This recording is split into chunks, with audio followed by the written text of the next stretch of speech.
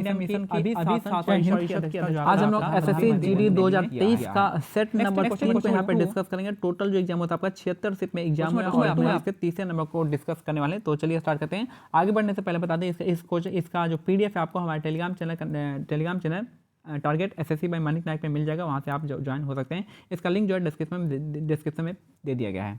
और साथ में 2022 और 23 के इंपॉर्टेंट जो आपका जी के क्वेश्चन है वहाँ इसका प्लेलिस्ट बना दिया गया, आप उसको वहाँ भी देख सकते हैं। पहला क्वेश्चन है 25 जून 2015 को प्रधानमंत्री आवास शहरी योजना को लॉन्च किया गया था, जिसका उद्देश्य वर्ष 2022 तक शहरी क्षेत्रों में सभी के लिए आवास उपलब्ध कराना था। तो कब ये लॉन्च हुआ था? तो 25 जून 2015 को प्रधानमंत्री आवास योजना शहरी को स्टार्ट किया गया था। तो 25 जून 2015 को प्रधानमंत्री आवास योजना शहरी को लॉन्च किया गया जिसका उद्देश्य 2022 तक के शहरी क्षेत्रों में सभी के लिए आवास उपलब्ध कराना था। आपको याद रखिएगा। तो इस टाइप का ये क्वेश्चन पूछ दिया गया। अब अगला जो है शायद डायरेक्ट डेट पूछ देगा। नेक्स्ट है निम्नलिखित में से कौन सा देश लुसोफोनिया खेलों का हिस्सा नहीं है? तो जर्मनी इसका करेक्ट आंसर हो जाएगा। तो निम्नलिखित में से कौन सा देश जो है लुसोफोनिया का खेलों का हिस्सा नहीं है? तो जर्मनी इसका करेक्ट आंसर हो जाएगा कि जर्मनी में लुसोफोनिया खेल नहीं आता है। नेक्स्ट है आरबीआई के अनुसार 1980 के दशक में भारत की जीडीपी में सेवा क्षेत्र की हिस्सेदारी कितनी प्रतिशत थी? तो आपका 38.6% था। तो आरबीआई के अनुसार जो है 1980 के दशक में भारत की जीडीपी में सेवा क्षेत्र की हिस्सेदारी कितनी थी? 36% थी। ठीक है, तो 1980 की बात कर रही है। आज के टाइम का आप देख लीजिएगा बजट और इकोनॉमिक सर्वे से। निम्नलिखित में से कौन सा त्यौहार असम में देवी कामाख्या के मासिक धर्म की अवधि को चिन्हित करता है? तो यह हो जाएगा आम्बुबाची का मेला यहाँ पे मनता है। तो कामाख्या मंदिर में कौन सा हो जाएगा? आपका आम्बुबाची मेला। और यह कहाँ पे होता है? असम में होता है, असम के गुवाहाटी में कामाख्या मंदिर में। ठीक है, तो निम्नलिखित में से कौन सा त्यौहार असम में देवी कामाख्या के मासिक धर्म की अवधि को चिन्हित करता है? तो यह था आम्बुबाची का त्यौहार हो जाएगा, आम्बुबाची मेला हो जाएगा। याद रखिए यहाँ पे जो आम्बुबाची मेला आसाम में मनता है, मोत्सू का है आपका, मोत्सू आपका नागालैंड में मनता है, वांगला आपका मेघालय में मनता है और चापचारकूट आपका मिजोरम में मनता है। ठीक है, नेक्स्ट है the electronics industry cover a wide range of products from transistor set to the television. देखिए ट्रांजिस्टर और टेलीविजन किस में आएगा? तो आपका इलेक्ट्रॉनिक्स इंडस्ट्री में आएगा। कैनाल में तो आएगा नहीं, फर्टिलाइजर में आने वाला नहीं है और जूट में तो ऐसे भी नहीं आएगा। तो बचता है एक ही इंडस्ट्री। तो इलेक्ट्रॉनिक्स इंडस्ट्री में क्या आता है? आपका ट्रांजिस्टर आता है और आपका टेलीविजन आता है। और ट्रांजिस्टर बनता किससे? तो आपका सिलिकॉन से। ऐसा करके याद क्वेश्चन पूछ सकता है।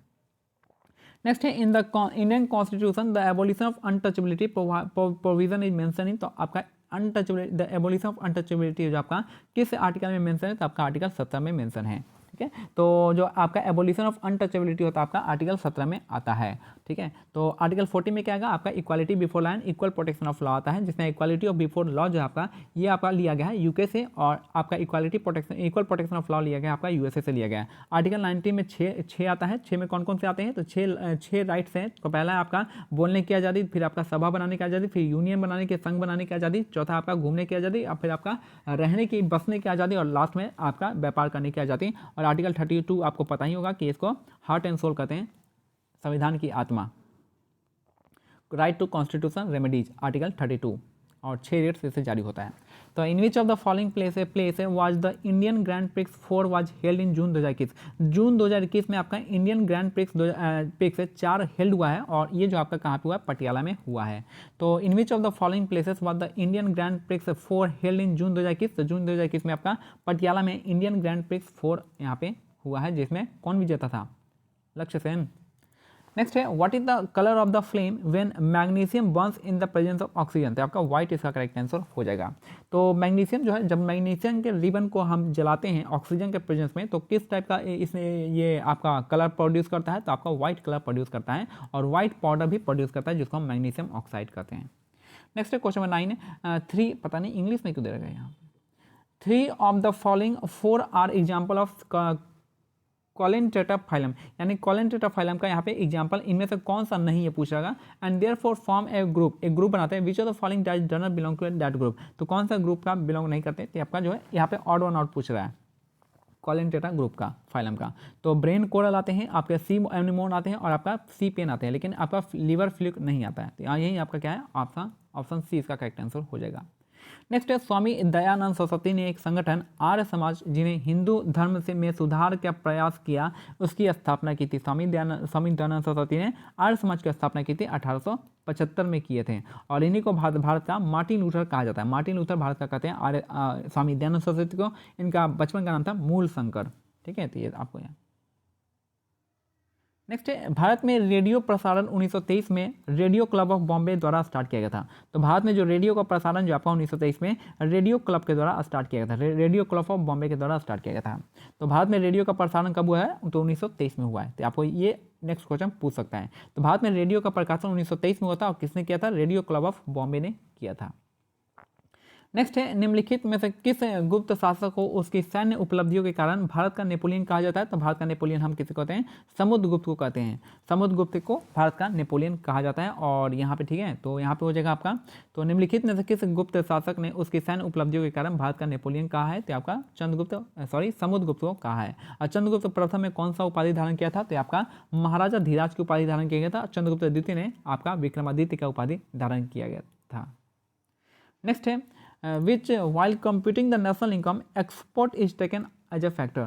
तो जब नेशनल इनकम निकालते हैं तो एक्सपोर्ट को एक फैक्टर के तौर पे हम इस्तेमाल करते हैं। तो while computing the national income, जब हम नेशनल इनकम निकालते हैं तो आपका किसको हम एज ए फैक्टर लेते हैं? तो एक्सपोर्ट को लेते हैं, ना ही इलेक्ट्रिसिटी बिल को, ना ही केमिकल यूज, ना ही आपका ये, तो एक्सपोर्ट को ही हम लेते हैं। नेक्स्ट है क्वेश्चन 4 में 2018 में भारतनाट्यम में संगीत नाटक अकादमी पुरस्कार किसने जीता है? तो राजा श्रीधर ने जीता है। तो 2018 में भारतनाट्यम में संगीत नाटक अकादमी पुरस्कार जो जीता है आपका राजा श्रीधर ने जीता है। 2018 में भारतनाट्यम, देखिए याद रखिएगा कि 2018 में जो भारतनाट्यम में संगीत नाटक अकादमी पुरस्कार जीता है तो राजा श्रीधर ने जीता है। और याद रखिएगा कि राजा श्रीधर का संबंध है आपका भारतनाट्यम डांस से है। तो राजा श्रीधर, भारतनाट्यम डांस। नेक्स्ट है which article of the constitution of India talk about the superintendence direction and control of election. तो इलेक्शन से संबंधित कौन सा आर्टिकल हो जाएगा? तो आर्टिकल 324 हो जाएगा, आर्टिकल इलेक्शन कमीशन का। तो इनमें से कौन सा आर्टिकल बताता है कि सुपरिटेंडेंस डायरेक्शन और कंट्रोल ऑफ इलेक्शन से संबंधित कौन सा आर्टिकल है? तो आर्टिकल 324 हो जाएगा, इलेक्शन कमीशन। ठीक है, तो 356 आपका आपातकाल से संबंधित हो जाएगा और बाकी देख लीजिएगा। 360 जो आपका वित्तीय आपातकाल हो जाएगा। नेक्स्ट है नवंबर 2022 तक की स्थिति के अनुसार निम्नलिखित में से कौन दिल्ली भारत का उपराज्यपाल है? तो ये जगह विनय कुमार सक्सेना उस समय के थे। अब कौन है आप देख लीजिएगा। ठीक है, तो नवंबर 2022 तक के अनुसार दिल्ली का उपराज्यपाल कौन है आज के टाइम में आप देख लीजिएगा। ई कृष्ण अय्यर का संबंध किस नृत्य शैली से है? तो भारतनाट्यम से हो जाएगा। ई कृष्ण अय्यर का जो संबंध है किस नृत्य शैली से है? तो भारतनाट्यम इसका करेक्ट आंसर हो जाएगा। नेक्स्ट है फिर से देख लीजिएगा कि ई कृष्ण अय्यर का संबंध जो आपका भारतनाट्यम हो जाएगा। नेक्स्ट है भारत में प्रत्येक जो है 10 वर्ष में एक बार जनसंख्या गणना की जाती है। तो भारत में जो होता है हर 10 साल पे एक बार जनसंख्या की गणना की जाती है, जनगणना करते हैं। नेक्स्ट है 19 नंबर मार्च 2012 में किस केंद्रीय मंत्री ने India water pitch pilot scale startup challenge launch किया था? तो हरदीप सिंह पुरी ने किया था। तो मार्च 2022 में किस केंद्रीय मंत्री ने India water pitch pilot scale startup challenge start किया है? तो आपका हरदीप सिंह पुरी ने स्टार्ट किया था। और ये हमारा लास्ट क्वेश्चन है। तो लास्ट क्वेश्चन देखिए कि a dam is a barrier across flowing water. एक डैम जो होता है एक तरह का बैरियर होता है, फ्लोइंग वाटर के बीच में एक बैरियर का काम करता है, रोक का काम करता है, अड़चन का काम करता है। दैट रोकता है, obstruct direct and retard the flow often creating a reservoir like impound.